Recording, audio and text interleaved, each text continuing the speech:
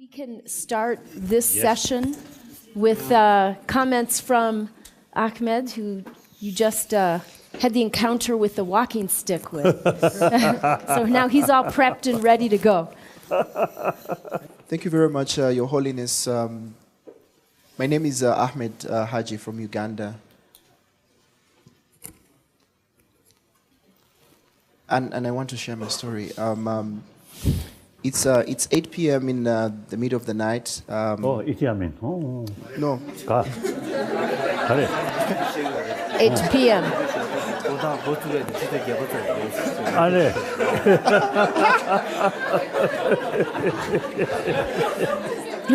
Yes.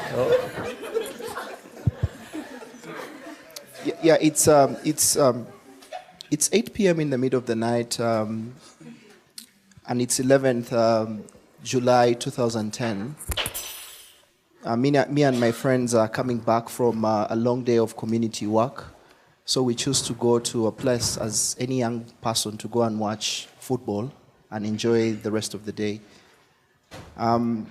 We all started enjoying, and a few minutes, close to our enjoyment, there was a loud bang, and then it goes boom. It was silent for a minute, and all you would hear are screamings, mostly young people below the age of 20 years, and I was among them. Smoke everywhere, stain of blood. I actually lost my consciousness. For like 2 days later, when I regained my consciousness, I was told that the Muslims had done it. Look at me, I'm an innocent Muslim, young man, and very innocent lives from other traditions. We don't know anything about what's going on. Because of that, me and my colleague, we made a choice not to remain in the world of victimhood. We started a peace-building organization 6 years ago. And our goal was, what you're telling us, to mobilize faith leaders, youth, women, to delink the messages of peace, of Islam, my faith, Islam meaning peace.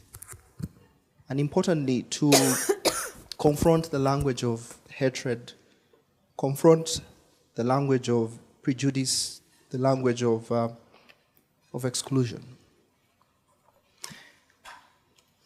I would tell you it's not easy. It's not easy. It's not easy when you feel that your legitimacy, your credibility is questioned.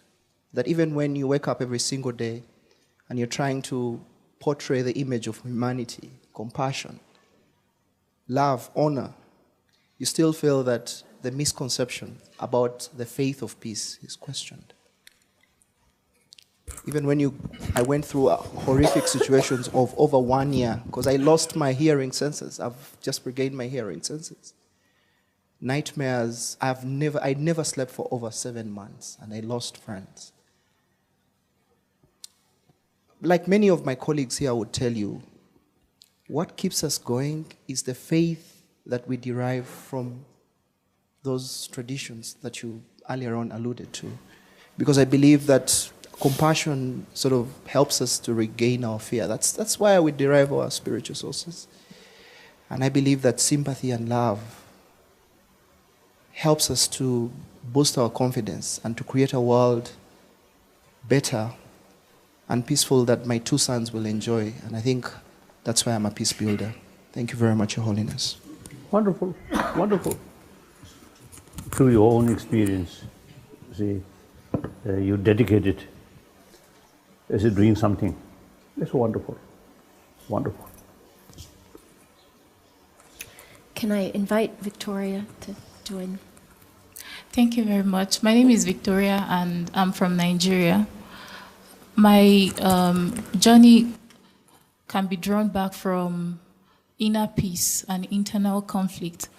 I grew up in the ghetto area of Lagos in Nigeria, where it was a society that dictated to me exactly what to do and how it must be done. I had no voice of my own as an individual. I felt like I did not exist. I felt like I was in the community, but not in the community. I suffered with low self-identity. I could not face the crowd, and this also affected how I related with people. I did not have a lot of friends. I faced constant bullying. I never lived in a conflict zone, but it felt like in my heart, a lot of war was going on. I would go back home and cry. I would go back home and feel so dejected. I had no hope about life. I didn't know what my future was going to be like. This affected me so much, and I felt like I lost a lot of my childhood. And in my community, people look at children as children. Oh, they are very young. They don't know anything at this age. Let's wait until they grow a little bit older, then they would understand so much about life. But at a tender age, I had learned so many things. I had learned so many good and bad. But the bad seemed to overcrowd the good things, because this was what I observed in my society. This was what I saw in my society: people lying, people getting angry, people fighting, people betraying one another. And this made me so confused about life. This made me lose hope in the community that I lived. But with time, I began to gain a different orientation. I began to see life differently. I began to have some certain values through prayer, because I'm a Christian, some certain values that helped me see that it is not over. I can still become somebody in life, and I can help other people discover their self-identity. Because while growing up, I had no self-identity of my own. I was not aware of who I was, and it affected so many things about my life. So I started an organization about 3 years ago called One African Child Foundation. So what we teach community children is on global citizenship education and peace building. I liked how you talked about global citizenship, because I feel like we live in a world that is constantly revolving, and our world has become so interconnected that we need one another to survive. Beyond just teaching children how to learn to read and write, we need to prepare them to be responsible citizens. We need to prepare them at an early age to start to take responsibilities, to be responsible for the world in the spirit of love and compassion. So what we do at our organization, we teach on ethical leadership. I feel like ethical leadership. I feel like in Africa, one of our major problems is with ethical leadership. We lack ethical leaders, and that is part of the problems that we are facing today. We also teach on emotional intelligence. So emotional intelligence covers areas on self-awareness, self-regulation, how do you control yourself, how do you choose your values, motivation, empathy, and also social skills. All these skills are what we are using to empower young people from my community. Another thing that we are looking forward to do is to give hope to them, not by saying that you need to love, but to show them how. So we use what we call experiential exercises to show children and young people how you can become responsible citizens. So our activities are very much experiential. So basically, this is my own little quota to seeing a world of peace and sustainability. And I also believe that peace with one person is peace with the world, and peace begins with the individual. If we want to see peaceful society, we must begin with the individual, and we must start at the grassroots. We must not only have conferences where we have old people and start to say, let us build peace. We must start very early. So my question is, I'm aware that there are other educators in this room. I would like, what message would you give to we as educators, we as peace builders, on how we can continue to advance for peace in our religion, in our regions? And also, I would like to hear from you holistic approaches. You mentioned a lot about education and holistic learning. What are some of those holistic approaches that we can introduce in our teachings? Thank you.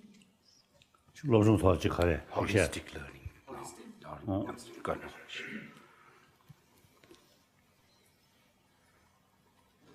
Holistic, when I use that word, it means the well-being of our physical,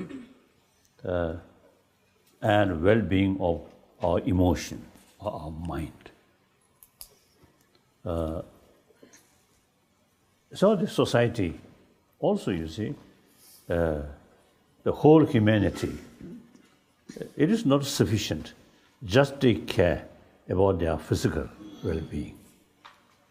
But the real troublemaker is here, emotion.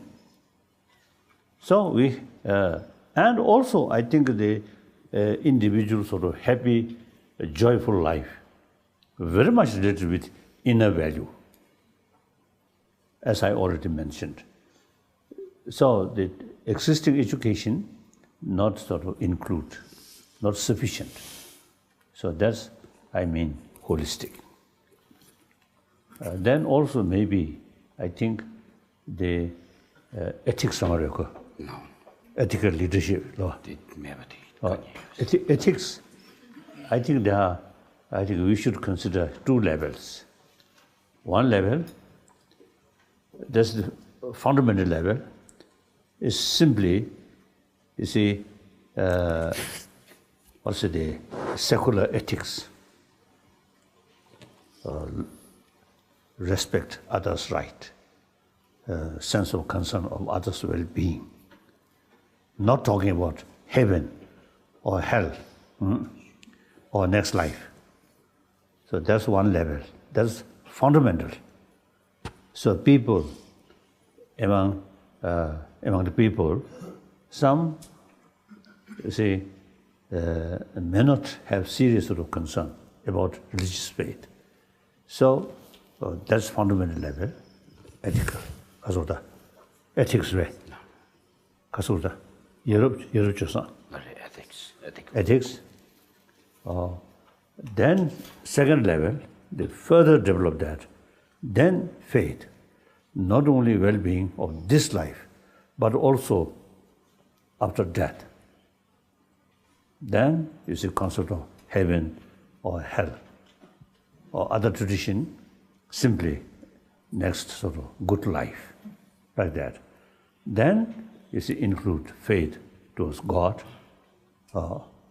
and accordingly, you see there are, you see what's the kasa, the cardinal sin, cardinal sin. You see these things.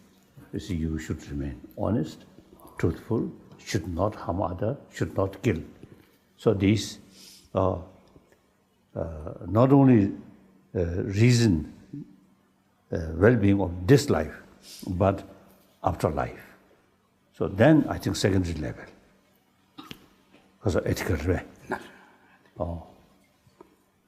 So that's I feel. I usually should sort of stay because of telling people. Firstly, irrespective of the believer or non-believer, as a human being, that kind of moral ethics. Then secondary level, as a matter of fact, all major religious tradition based on that basic human values.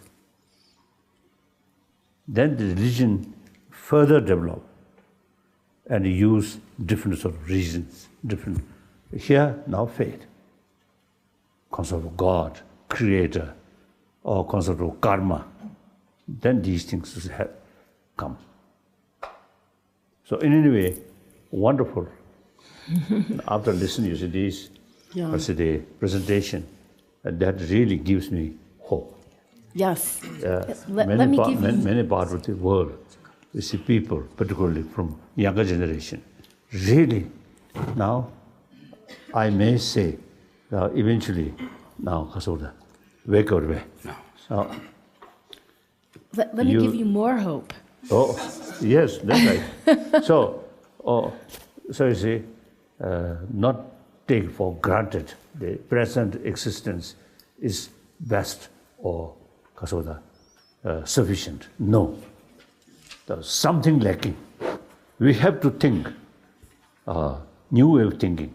Accordingly, we have to make effort. So wonderful. The next. And let me boost that hope with you. Dida, sorry, would you? Yeah. Thank you. Your Honor, my name is Didas Mzirai. and I'm coming from Kenya. First of all, I want to thank you for being a champion of peace and youth development. And again, I want to thank you for opening your gates for all of us coming from across the globe. We really appreciate. Again, I want to say that your story really resonates with most of us as youth leaders. And it is the story of resilience. Most of our stories are stories of resilience, and those are the stories that have propelled us to these leadership positions and the work that we are doing from our community, within our communities.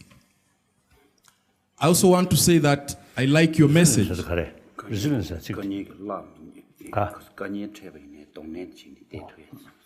I also want to say that I like your message.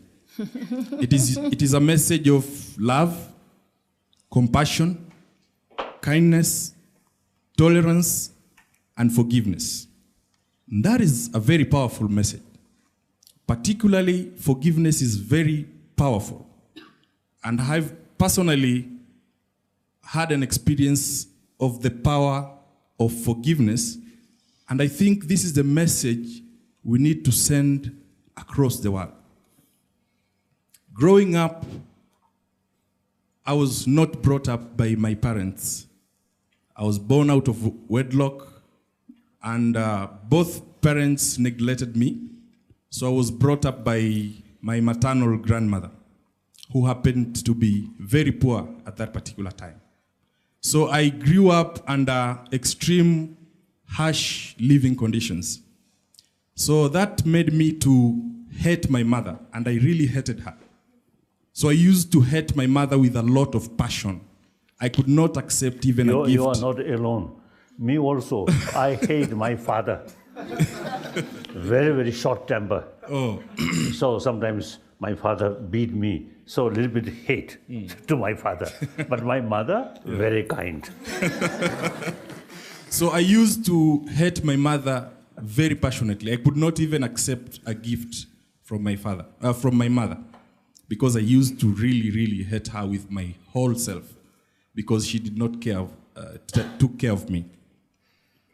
So that happened, or I grew and lived like that for more than 20 years.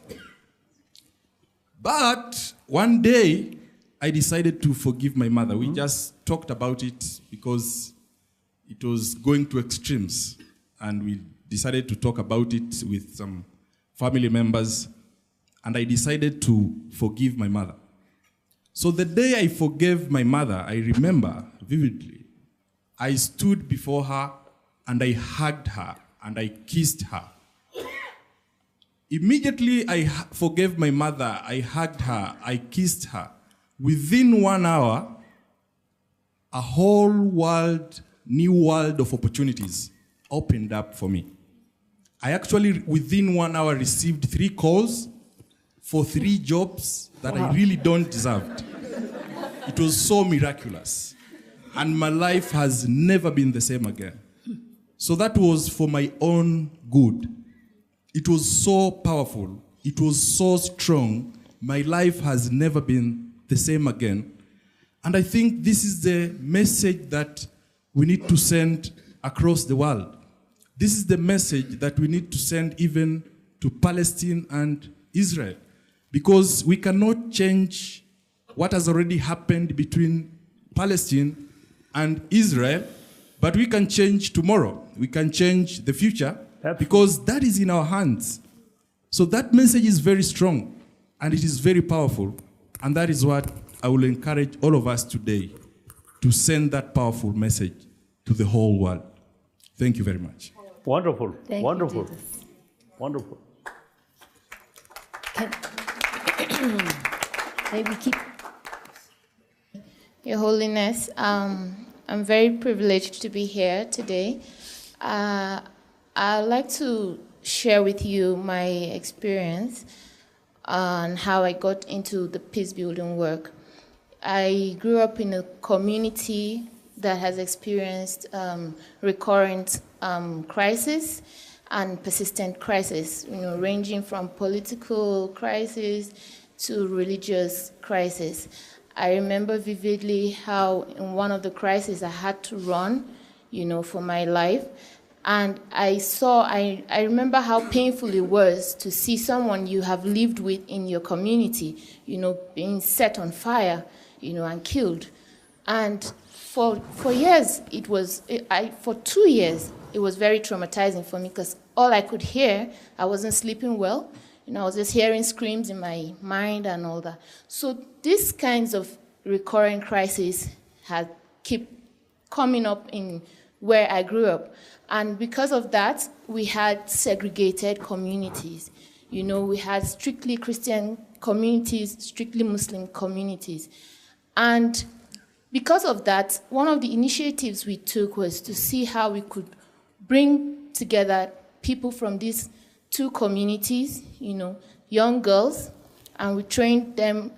Of course, they had to go through trauma healing, and it was a painful experience. A lot of them had lost the whole member of their families, properties, And my question is this for you is, how have you managed, even in the face of conflict and so much pain and anger, how have you managed to stay focused, in dealing with your target audience and not allowing your personal beliefs affect your relationship or your work with the community people you're working with? I mean, for instance, the conflict between the Muslims and the Buddhists.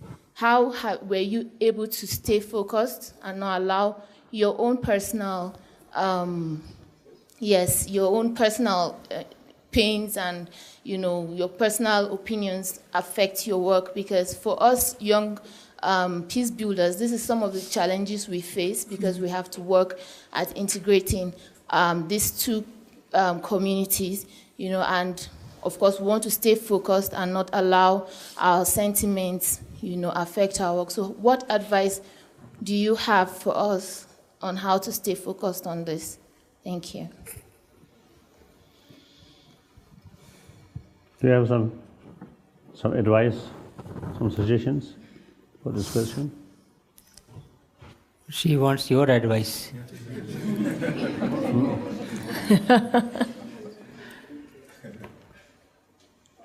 I think some sort of different views, disagreement is, I think, quite natural. We human beings, sometimes this brain combined, as I mentioned, mourning, combined with human compassion, then this brain very useful. But this brain quite often aggressive sort of thinking, me like that, and then narrow-minded, short-sighted. Then this brain sometimes creates a lot of trouble. So I think among human people, among humanity, human community, even if it's one family, there's some form of problems because of this complicated brain. It's always there. Even one single person mourning certain ideas. In the afternoon, you develop different sort of ideas. Sometimes the conflict, these two different ideas, different time. If that go too extreme, then mental breaks away. No, breakdown. Mental breakdown. Mental breakdown. And suicide also, you see, sometimes take place. So you see this, I think again, in different sort of sense, holistic. Every event, actually from a wider perspective, relative, not absolute. Something very painful sort of experience. If you look from different angle, that tragic situation also may bring you new opportunity to thinking or wake up. So every sort of event, if you look from one angle, some bad sort of event, if you look from just one angle, then you may develop more frustrations. The same event, look from different angle, 3 dimensions or 4 dimensions or 6 dimensions, then you see, oh, there are some positive also things there. Then your frustrations, No, not frustration. Frustrations, then reduce. So, looking every event more wider perspective, really helpful. So, human intelligence have that ability. Animal know that ability. We have that ability. So whenever you see you face some problems, then think calmly. You should not become slave of destructive emotion. Your mind try to remain calm. Calm mind is very important for fully utilized about our common sense. Our mind disturbed, then our common sense, you see, cannot use properly. Okay, that's my view. When I for example, when my country, a lot of problems, then think whether that problem can any possibility to solve, then no need too much worry. If certain problem, in any case, no way to overcome, then no use too much anger. Actually, Excellency, I'll add on to what you are saying, that if we have the proper perspective of our existence, the very existence in this world, then many problems will be not only solved, many of them will be preempted. Like 11.7 in the Holy Quran says, لِيَبْلُوَكُمْ أَحْسَنُ عَمَلًا. God says, what is the purpose of creation of humanity? Why I have created this humanity? I have created you in order to test you as to who amongst you is more serviceable to the fellow human being. That is the purpose of creation. So once I realize that this is the purpose of my creation, so I have to have that perspective always in mind. And that another place, that was 11.7. Another place he says, يَوْمَ لَا يَنْفَعُ مَالٌ وَلَا بَنُونَ إِلَّا مَنْ أَتَى اللَّهُ بِقَلْبٍ سَلِيمٍ. On the day of judgment, no wealth of yours will be of any use to yourself. No kindred, no relatives, no father, son, children, etc. will be of any help. But only one thing will be of help to you, and that is if you come there with a sound heart, qalbin salim. If you come there with a sound heart. So what is this sound heart? If you go deeper into the commentaries, then you find sound heart is a person can develop a sound heart only by working for others. So if we keep that in mind, many problems will be solved and many of them would be preempted. Your Holiness, we have 3 youth leaders who are eager to speak, so I wonder if we could take a few comments in a row. Please go ahead. Your Holiness, I'm from Myanmar, so I'd like to share something about my country's situation and some headline Buddhist uprising in my country. So my country is with about 125 ethnicities and is quite diverse. So and also we have many. We have most of the religions, such as Buddhist, Muslim, Christian, and Hinduism. Like just now, you mentioned about the face of Buddhist terror. The Buddhist terror is the things what happened like many Buddhists, like I mean, like I don't know how to say, but inside the country, but there are many Buddhist monks, about 500,000 Buddhist monks. But only a handful of Buddhist monks are doing such kind of things. That's right. But most of the Buddhist monks, but they keep quiet, that they don't, stand up for the justice, and they don't stand up for the, they don't stand up to make pressure to those, headline Buddhist men to follow the Buddha saying. But this is very difficult for us to mobilize those majority, silent majority, to stand up for justice. So this is the problem that we are facing right now. And also, like just now you've mentioned about the Rohingya issue, but this is not about actually, I would say that this is not directly related to the religious issue. But this is the problem between two ethnic cities, Rohingya and Rakhine ethnic. So this is the major problem of this, and this is very much a complicated issue in our country. And I would say that that issue is politicized by the many other factors as well. So, not only the Rohingya are suffering in my country, but we have civil war. So up north of the country, like many thousands of Christian people are suffering from the civil war. So they have no food to eat, and like they have no shelter at all. So like not only Muslims are oppressed by the Buddhists. I mean, like not only the Buddhists, by the government. Actually, like the whole system of our country is corrupted. So and also is politicized. A lot of politicizing from the previous government, which is a military government.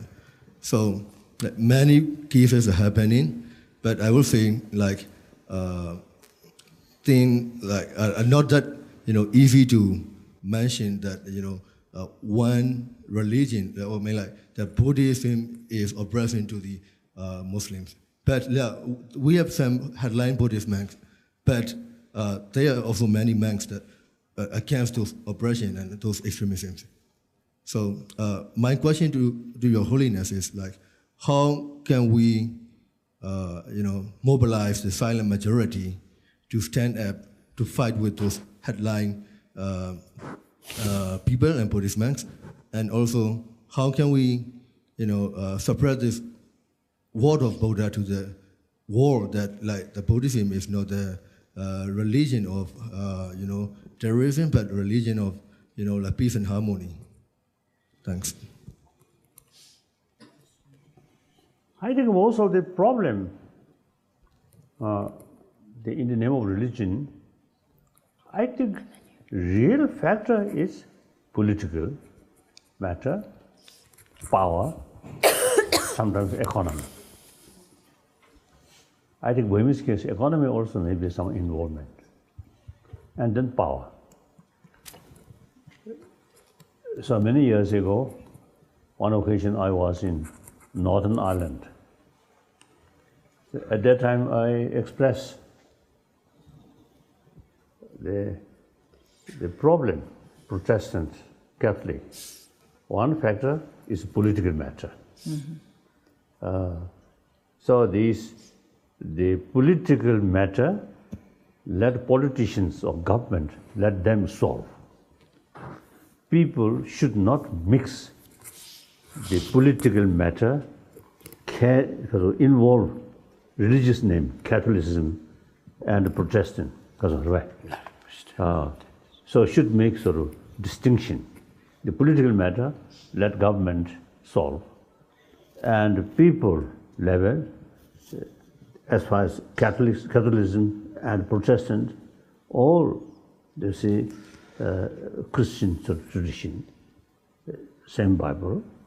So, you see, you should not sort of involve, because of political, some economic reasons, make sort of what's it, kasata, ganda,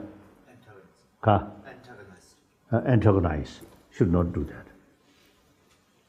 So similarly, I think in Burma also maybe some sort of economic reasons or political reasons, then under sort of dictatorship are difficult to express. Now, some political sort of system changed. Aung San Suu Kyi now become most of the important person. So how much she can do, I don't know. So I don't know.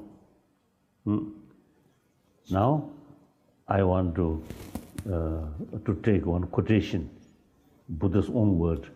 You are your own master. So your problem, Burmese problem, have to solve by Burmese, not other people. So, I think the essential, as I mentioned earlier, already, firstly, you should follow honest, truthful, compassionate, and non-violence. Then determined, no matter how difficult it is. I usually, describing power of gun and the power of truth. For short term, power of gun is much stronger. Long term, power of truth is much, much stronger. So with this belief, our problem, our struggle keep alive. So right from the beginning, we strictly follow non-violent way, and spirit of reconciliation. So then, so I want to share.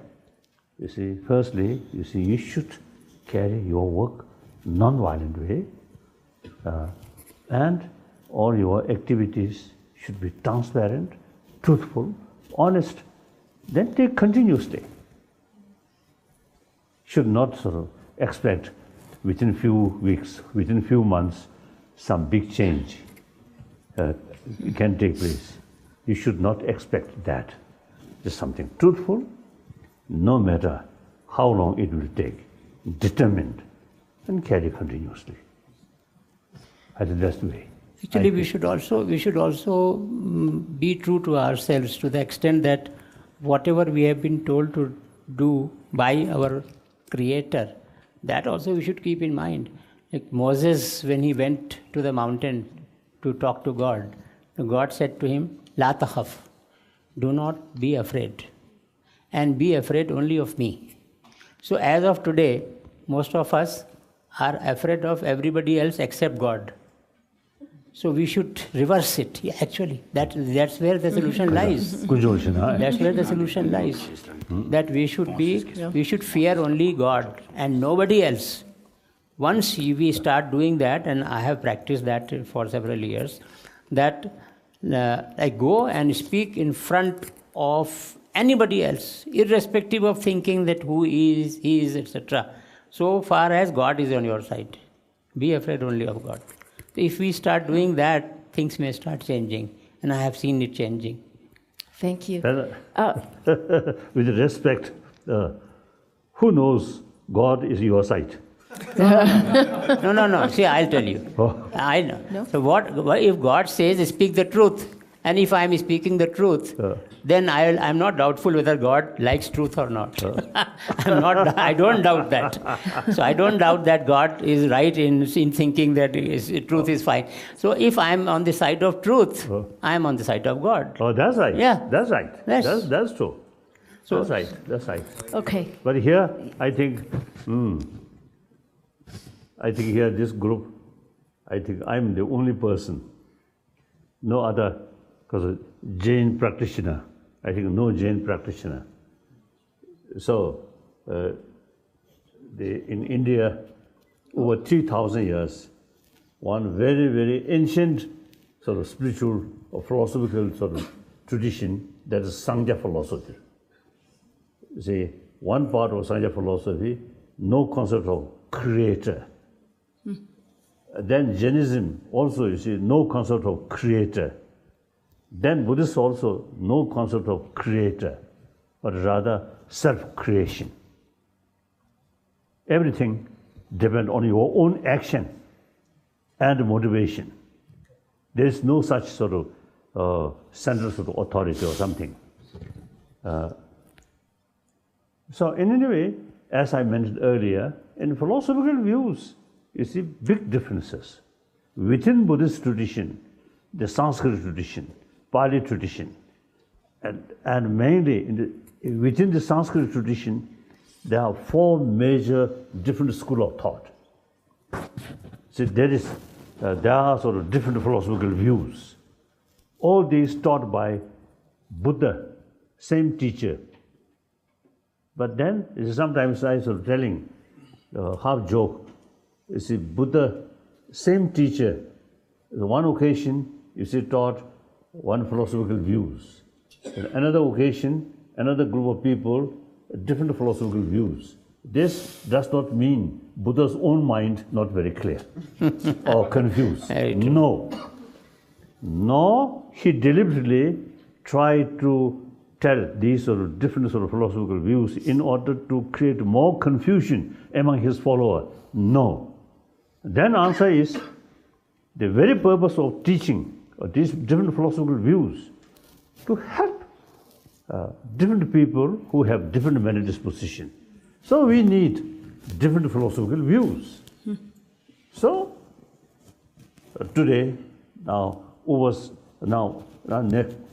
around 7 billion human beings. To some people, the concept of God, Creator, is very, very powerful. To such people, you see, that concept, that religion, based on concept of Creator, is very, very wonderful, very powerful. Then those people, you see, whose mental thinking, including many scientists, you see, they don't care whether there's Creator or not. They also, you see, take care about our inner peace. So, like these people, you see, they Jainism, but Buddhist sort of way of sort of the thinking. You are your own master. There's no Creator. So that's more suitable. So therefore, and in Burmese case, the majority of the people are Buddhist, mainly follower of Pali tradition, 4 Noble Truths, and 16 Karsachudi. 16 different attributes of 4 Noble Truths. And basically, the Buddhist philosophical views is interdependency, interconnectedness, patita samuppada. So this is many scientists, you see, they accept it or very fond, you see, this concept. There is no absolute, no independent. Everything is interconnectedness, interrelated. So in any way, you see, there are sort of different philosophical views. Yeah, that's very true. But then for 300 years, the then scientists were very sure that the sun revolves around the earth. For 300 years. And they were also scientists. So not that whatever scientist thinks is final. Because science keeps on changing, it is dynamic. It's understanding of the nature. Nature has revealed only a small portion of itself, what we've known as science today. A lot is yet to be revealed. Right. And then I think one Buddha's statement, you see, he told his follower, among his follower, you see, monks, scholars, should not accept his teaching out of faith, out of devotion, but rather thorough investigation. Correct. And experiment. Correct. Very true. So that part of sort of his sort of teaching shows he also scientific thinking. Investigation is the final decision maker, not faith. Very true. One should try to understand, can be convinced. I also took liberty to reject some Buddhist text mentioned flat world. Very true. In the center, Mount Meru, and the sun and moon go like that, I reject it publicly.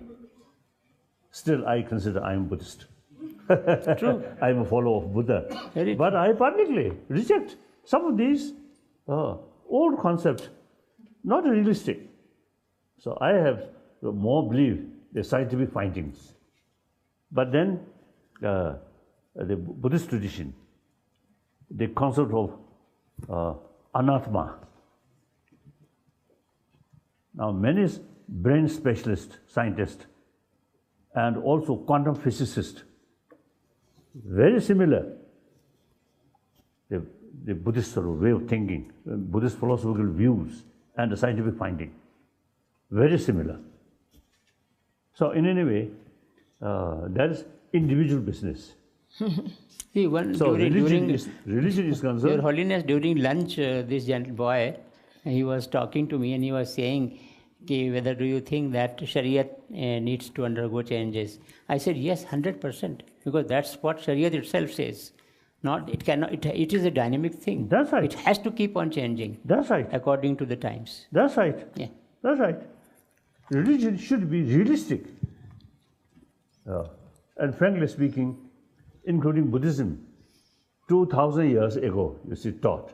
So at that time, this sort of society, the cultural heritage, something different.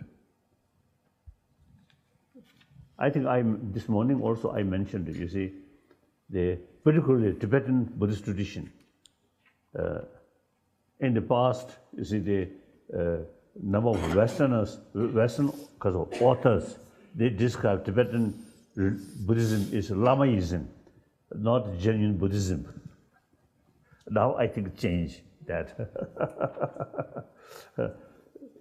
So I publicly, you see, criticize, you see, that kind of sort of habit or tradition. Tibetan public, you see, lack of knowledge. You see, too much belief. You see, some individual lamas. That's a mistake.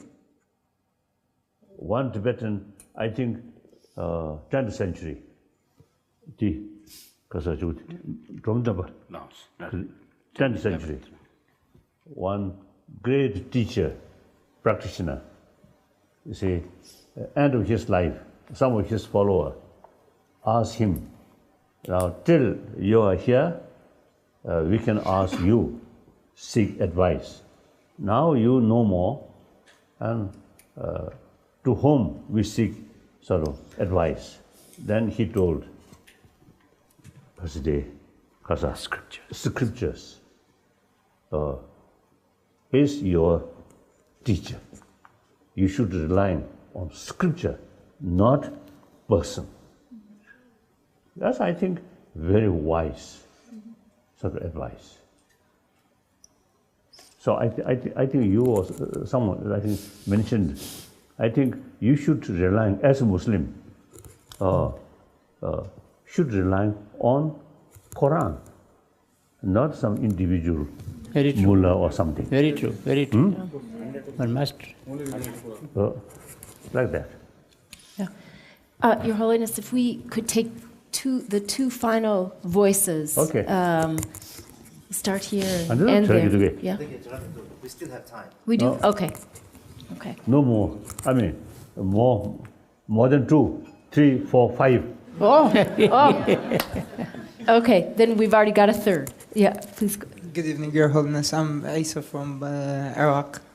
Iraq, yes. I want to share a little story of why I started work in peace building and nonviolent conflict mediation.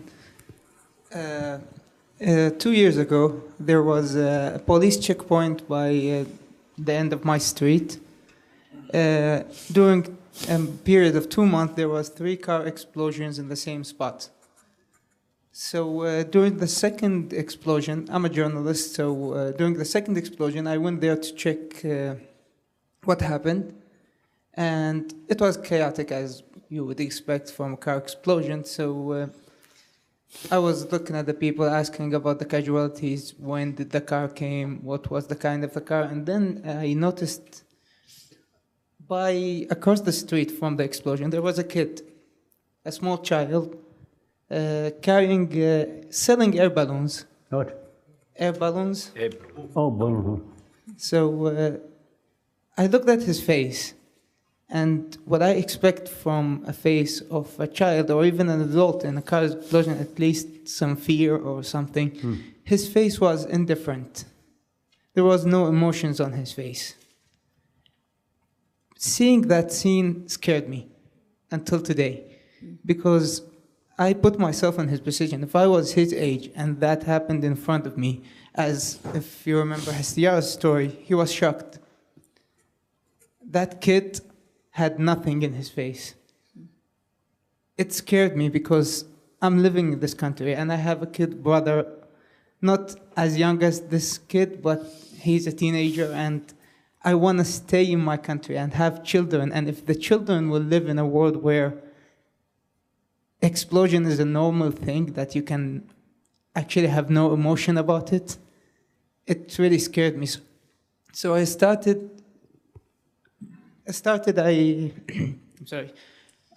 to do it on person-to-person, individual conversation. During the conversation, I tried to instill ideas of critical thinking and pacifist thinking. I started with the teenagers and children, my cousins, my neighbors. I just have normal one-to-one conversation with them. And if they understand what I'm talking about, if they liked what I'm talking about, I only ask them to go and just tell it to other people. And I'm thankful to one man. His name is Oliver Keels. He is my trainer in conflict mediation. That man gave me so much techniques that I used with these children later. So I only wanted to thank him, even though he's not here. But without him, I wouldn't know what to do when I saw that scene with the kid. Thank you very much. Yeah, wonderful. Sometimes some my friend, you see, I think some scholars, you see, I think children's mind, something very pure, very clean. So, example, peace, I think we should learn from children. Elder people, too much sophisticated mind. Sometimes you see, I think less honest. Children, very honest, very pure. You see, they really love peace and compassion, isn't it? So, someone told me, like me, older people, should learn from children's sort of thinking. I think that's very possible. I think, in any way. That's why they say child is the father of man. The famous saying is, the child is the father of man in such circumstances. Right. Yeah. Right. Thank you, Asa. My name is Nuria. I'm from Afghanistan. At first, I thank you for your useful speech. That it was really useful up to now.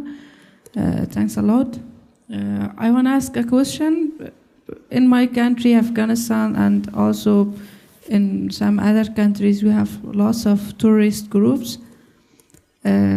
So there is lots of reasons, lots of news that they are supporting by maybe some countries, maybe some special peoples around the world.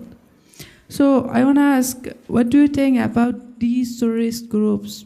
According to your view, the main source or the main supporter of these tourist groups are who are? The countries or the maybe some peoples around the world? This one question, and what do you think, how we can rebuild their skills with positive points, and they should come with the peace builders together and to make a peaceful society. What do you think? Is it possible now times, or we should wait? We should try just with Tourist, small tourist. Terrorist. Terrorist, tourist. terrorist, Terrorist, oh. like Oh.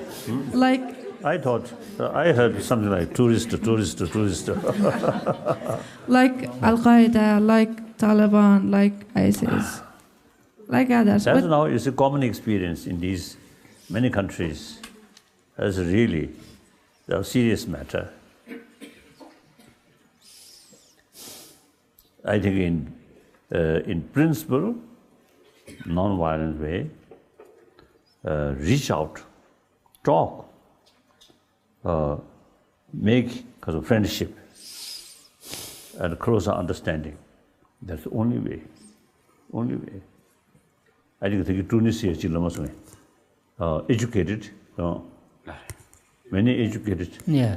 Many educated, you see, become terrorists. She said. We moved. They moved. Like that. Tunisia. So these things, I think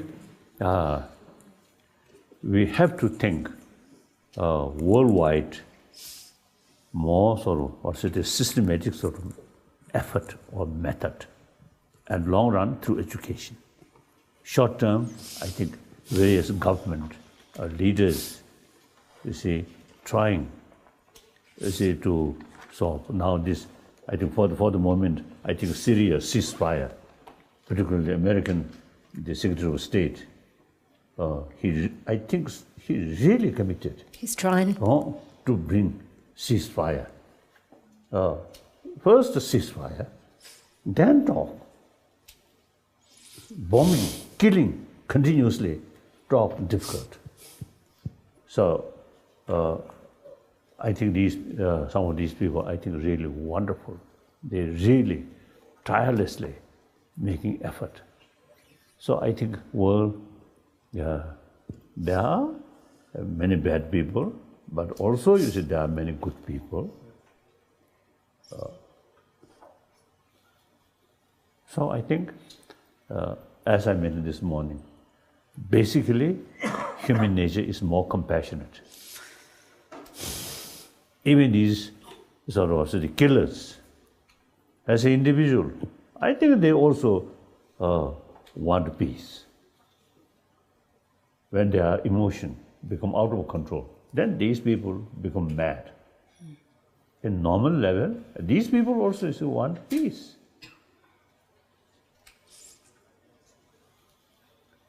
So, I think ceasefire, for the time being, some sort of, cool down this destructive emotion. Then start talk and reach out. But I don't know. Really difficult, really difficult. So that's why I really, impressed now. These young people now really, you see, making effort. No matter how sort of small at the beginning. But these are signs of you fed up presence of existence. So trying to make sort of change. I think all these from I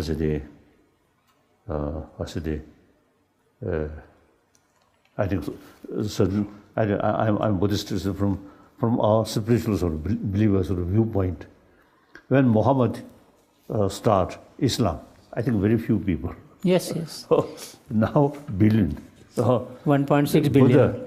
Buddha also, when he first Dharma teaching start, I think 5 or 6 sort of people like that. So these work. You see, at the beginning, very few. But since we have truth, we have very sincere, compassionate motivation. So more and more people will join our effort. So really wonderful, really wonderful. Next. Okay.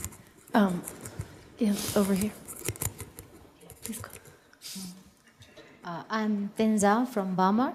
Burma. First of all, I really would like to thanks to you and Your Holiness because you give us a lot of time and give the suggestion. And I'm a little bit worried also. You might be very tired the whole day for answering our questions. But so I will ask one very short question. From Burma, and we are also facing conflicts in our country. But now I'm also one of the activists for the interfaith peace building. I felt like that now after experiencing many conflicts, people from the different religions, youth from the different backgrounds are more organized. They become more united because they don't want to happen these kinds of conflicts again and again. Yes. They don't want. They want for the developments of their country, and they want to prevent all these things. So a lot of young people are based on the conflicts. It is a positive points from their negative things and this. So to do more peace building things, but we need a lot of things to do.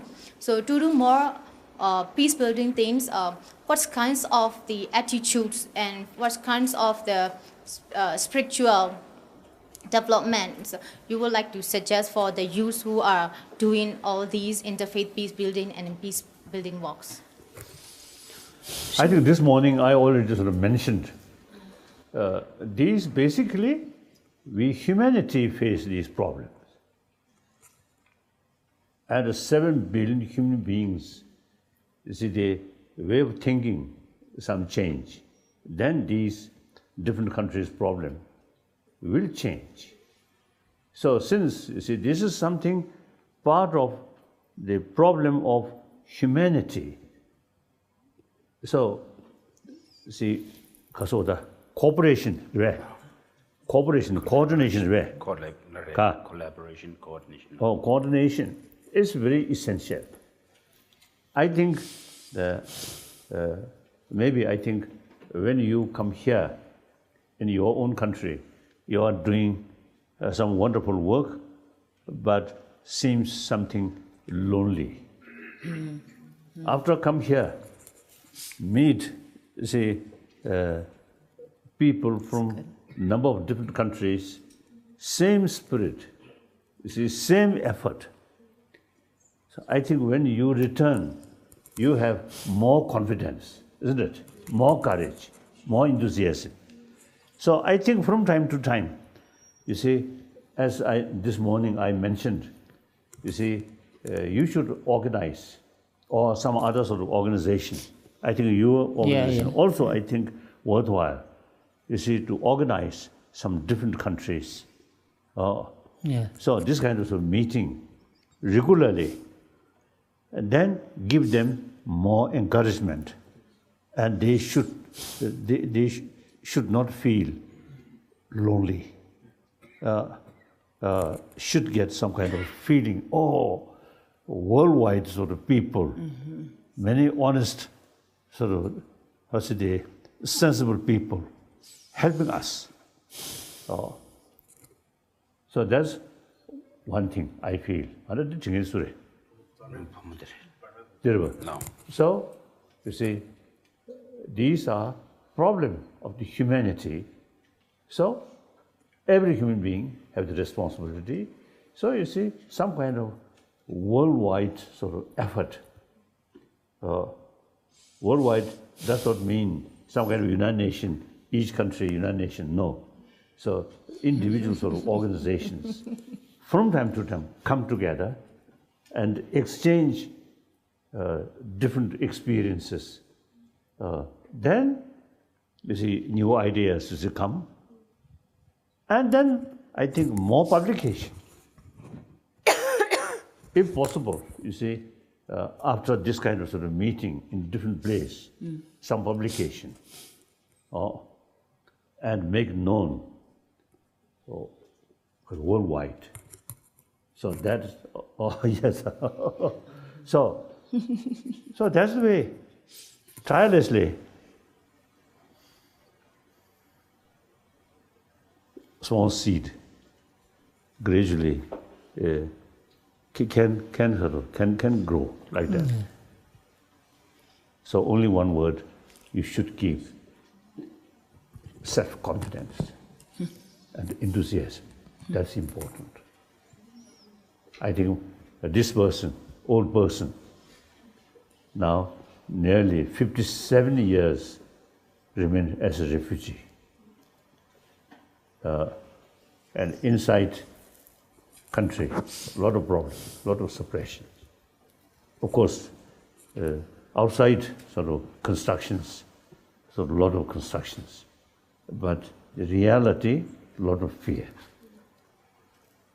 Recently, I met some very, very ordinary Chinese.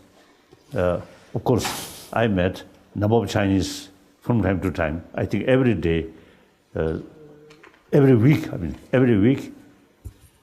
10, 15 Chinese from mainland China to come here, seeing me. So one occasion, I think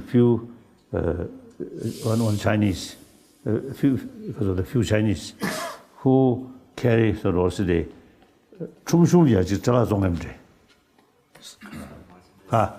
small stuff that they sell on the street. On the street. So they told me, you see, they are the way to earning in Peking. Some small things to see selling in the street.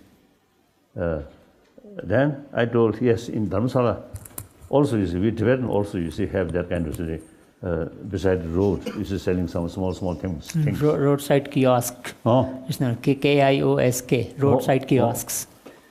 So then, they told me, yes, okay. They told me, you see, here, these people, let's say they're selling some small things and quite poor, you see, but no fear. In his own country, in Peking, doing some small business, but a lot of fear. Okay. So, you see, now over, I think, almost 60 years, you see, that kind of sort of experience. But, you see, we believe truth. You see, non-violent principle, we follow non-violent principle. As a result, more and more Chinese now supporting us at public level. Many intellectuals. Now China, Buddhist population, over 400 millions. Now China, communist country, I think biggest Buddhist populated country. I think Burma, Thailand, Sri Lanka, Cambodia, Laos, I think altogether, I think may not be over 400 millions. So, like that. So you see, these people really supporting us.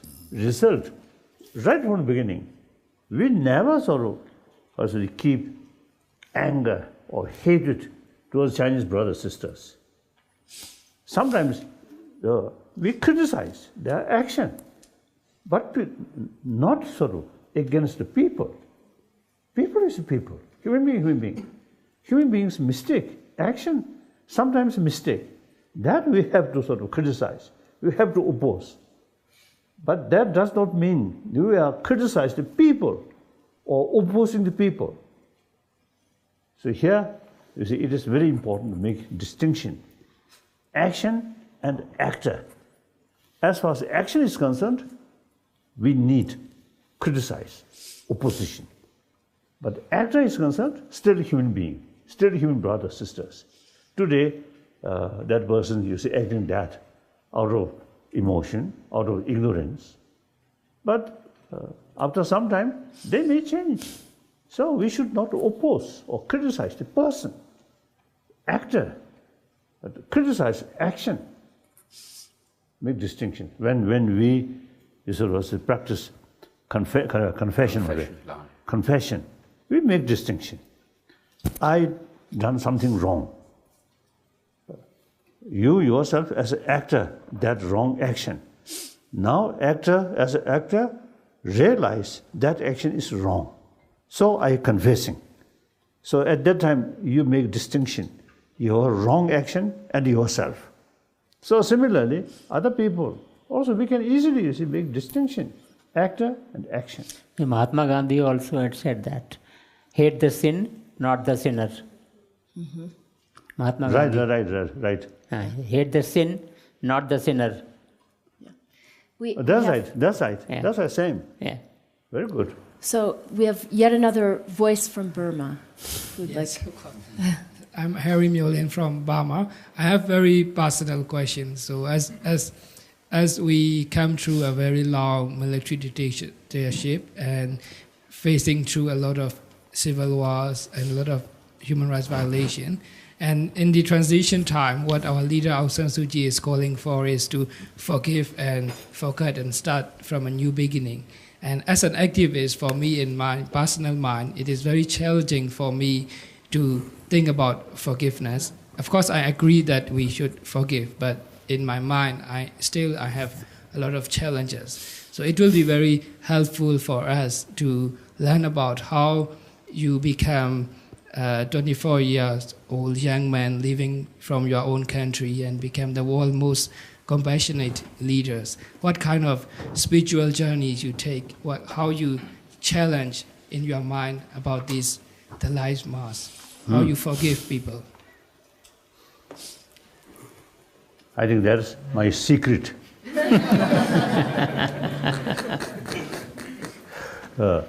I think as the human being, I use maximum way common sense. What is useful? Usefulness. Keep anger. No help to solve our problem. It only destroy my peace of mind. So criticism or opposition, action out of compassion we can do. Out of compassion, some criticism will be more realistic, more reasonable. Criticism out of anger, sometimes, you see, too much exaggerated sort of criticism. So therefore, you see, thinking this line. Then as a Buddhist monk, particularly I'm a student of Nalanda masters. The Nalanda masters, you see, their way of approach is utilize logic. That means utilize human intelligence. So I'm, as a student of these master,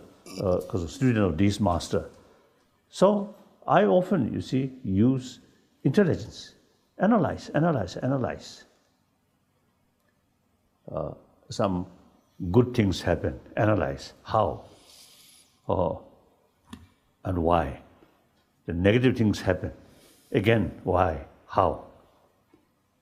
What is the immediate cause, long-term cause, what side effect? Always thinking. Yeah. So we call analytical meditation, not single-pointed meditation.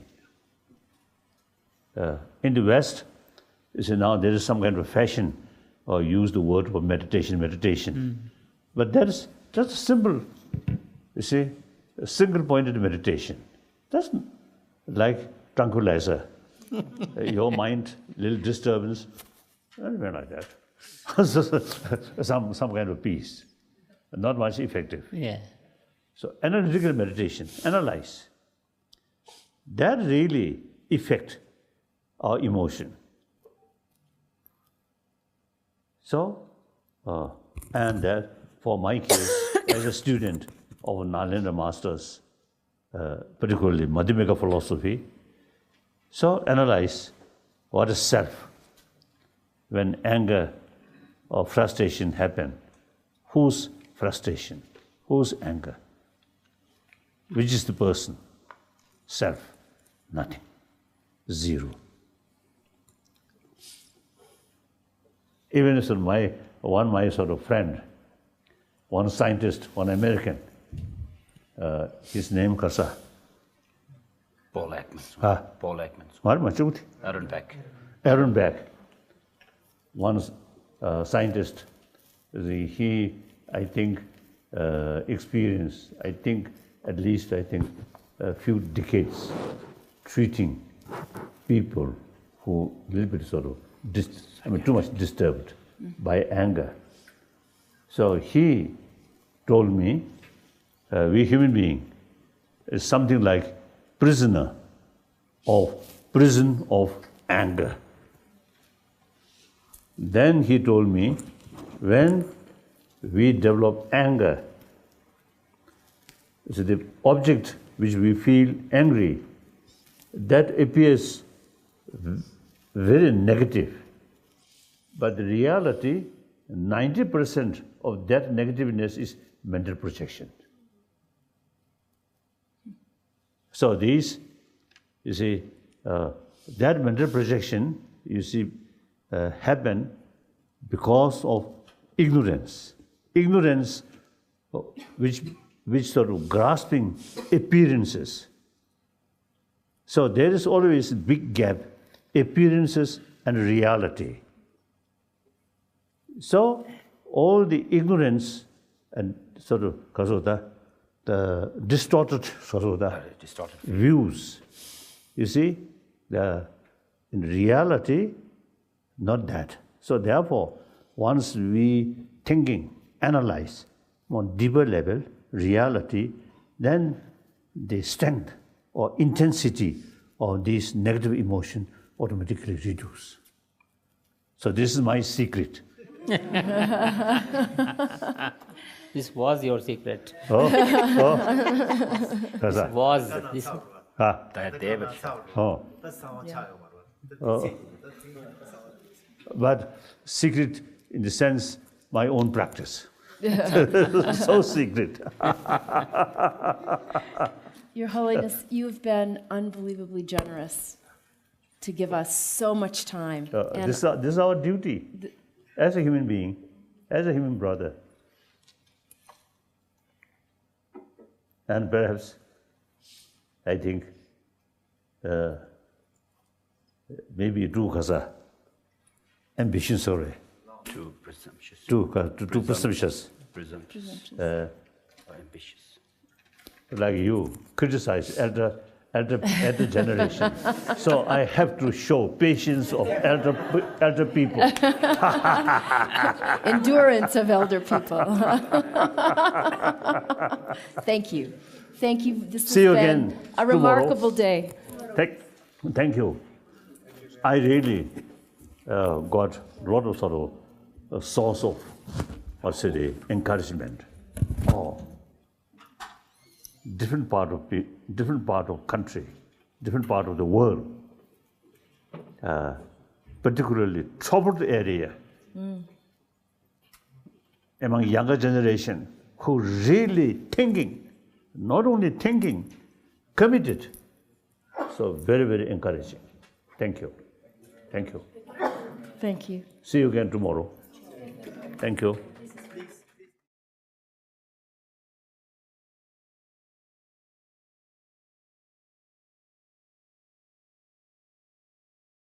We can start this session with comments from Ahmed, who you just had the encounter with the walking stick with.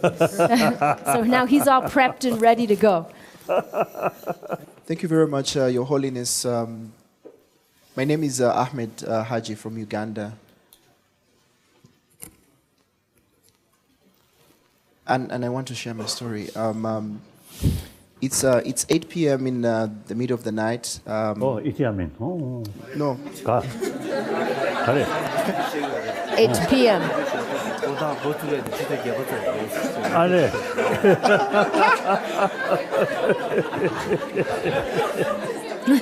Yes.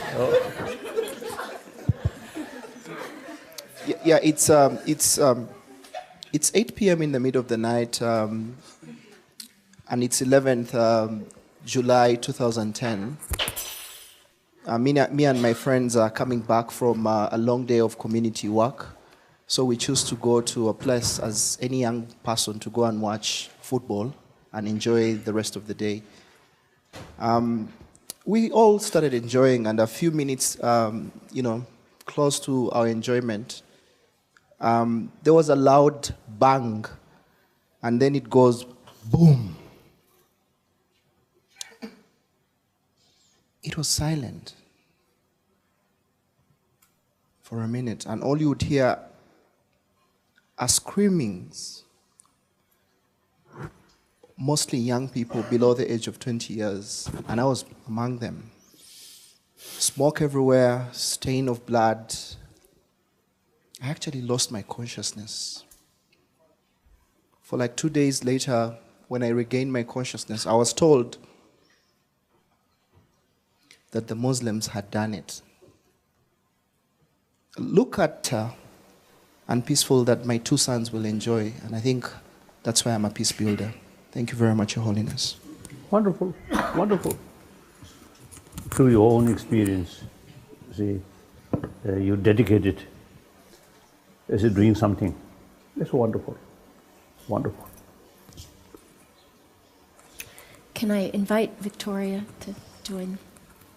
Thank you very much. My name is Victoria, and I'm from Nigeria. My journey can be drawn back from inner peace and internal conflict. I grew up in the ghetto area of Lagos in Nigeria, where it was a society that dictated to me exactly what to do and how it must be done. I had no voice of my own as an individual. I felt like I did not exist. I felt like I was in the community, but not in the community. I suffered with low self-identity. I could not face the crowd, and this also affected how I related with people. I did not have a lot of friends. I faced constant bullying. I never lived in a conflict zone, but it felt like in my heart a lot of war was going on. I would go back home and cry. I would go back home and feel so dejected. I had no hope about life. I didn't know what my future was going to be like. This affected me so much, and I felt like I lost a lot of my childhood. And in my community, people look at children as children. Oh, they are very young. They don't know anything at this age. Let's wait until they grow a little bit older, then they would understand so much about life. But at a tender age, I had learned so many things. I had learned so many good and bad. But the bad seemed to overcrowd the good things, because this was what I observed in my society. This was what I saw in my society: people lying, people getting angry, people fighting, people betraying one another. And this made me so confused about life. This made me lose hope in the. Me, I'm an innocent Muslim young man, and very innocent lives from other traditions. We don't know anything about what's going on. Because of that, me and my colleague, we made a choice not to remain in the world of victimhood. We started a peace-building organization 6 years ago. And our goal was what you're telling us, to mobilize faith leaders, youth, women, to delink the messages of peace, of Islam, my faith, Islam meaning peace, and importantly, to confront the language of hatred, confront the language of prejudice, the language of exclusion. I'll tell you, it's not easy. It's not easy. It's not easy when you feel that your legitimacy, your credibility is questioned. That even when you wake up every single day and you're trying to portray the image of humanity, compassion, love, honor, you still feel that the misconception about the faith of peace is questioned.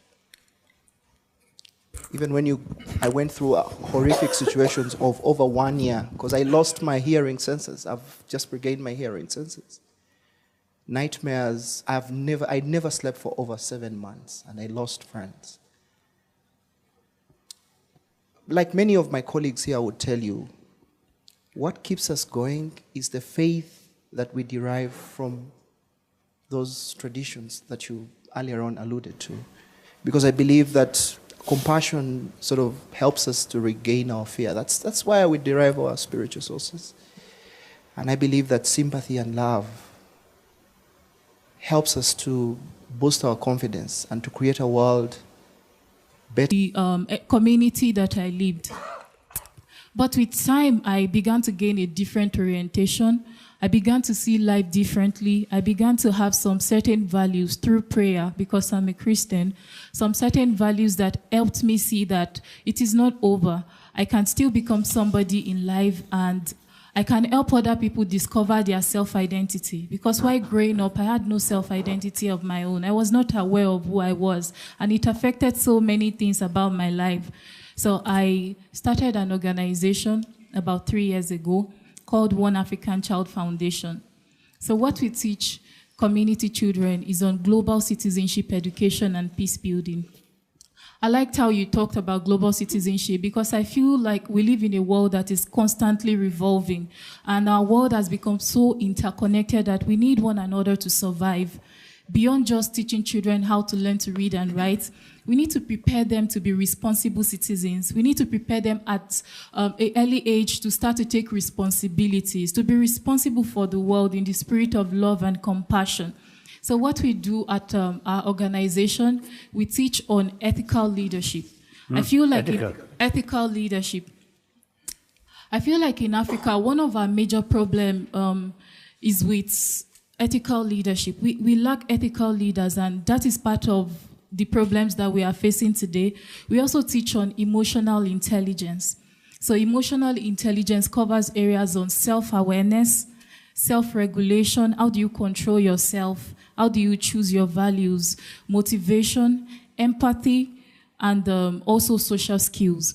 All these skills are what we are using to empower young people from my community. Another thing that we are looking forward to do is to give hope to them, not by saying that you need to love, but to show them how. So we use what we call experiential exercises to show children and young people how you can become responsible citizens. So our activities are very much experiential. So basically, this is my own little quota to seeing a world of peace and sustainability. And I also believe that peace with one person is peace with the world, and peace begins with the individual. If we want to see peaceful society, we must begin with the individual, and we must start at the grassroots. We must not only have conferences where we have old people and start to say, let us build peace. We must start very early. So my question is, I'm aware that there are other educators in this room. I would like, what message would you give to we as educators, we as peace builders, on how we can continue to advance for peace in our religion, in our regions? And also, I would like to hear from you holistic approaches. You mentioned a lot about education and holistic learning. What are some of those holistic approaches that we can introduce in our teachings? Thank you. Holistic learning.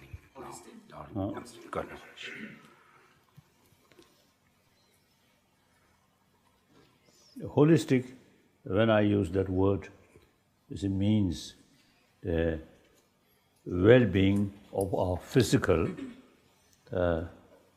and well-being of our emotion, our mind. So the society, also you see, the whole humanity, it is not sufficient just take care about their physical well-being. But the real troublemaker is here, emotion. So we, and also I think the individual sort of happy, joyful life, very much related with inner value, as I already mentioned. So the existing education not sort of include, not sufficient. So that's, I mean, holistic. Then also maybe, I think,